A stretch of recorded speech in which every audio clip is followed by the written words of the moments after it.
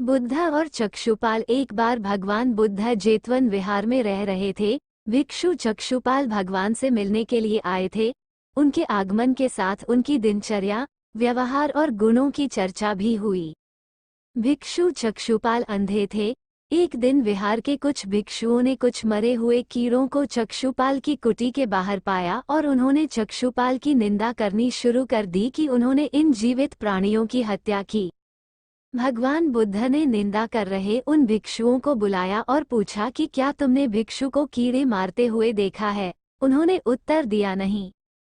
इस पर भगवान बुद्ध ने उन साधकों से कहा कि जैसे तुमने उन्हें कीड़ों को मारते हुए नहीं देखा, वैसे ही चक्षुपाल ने भी उन्हें मरते हुए नहीं देखा और उन्होंने कीड़ों को जानबूझकर नहीं मारा है, इसलिए उनकी भर्त्सना करना उचित नहीं है। भिक्षुओं ने इसके बाद पूछा कि चक्षुपाल अंधे क्यों हैं? उन्होंने इस जन्म में अथवा पिछले जन्म में क्या पाप किए? भगवान बुद्ध ने चक्षुपाल के बारे में कहा कि वे पूर्व जन्म में एक चिकित्सक थे। एक अंधी स्त्री ने उनसे वादा किया था कि यदि वे उसकी आंखें ठीक कर देंगे तो वह और उसका परिवार उनके दास बन जाएंगे। स्त्री की आंखें ठीक हो गईं, पर उसने दासी बनने के भय से यह मानने से इनकार कर दिया। चिकित्सक को तो पता था कि उस स्त्री की आंखें ठीक हो गई हैं।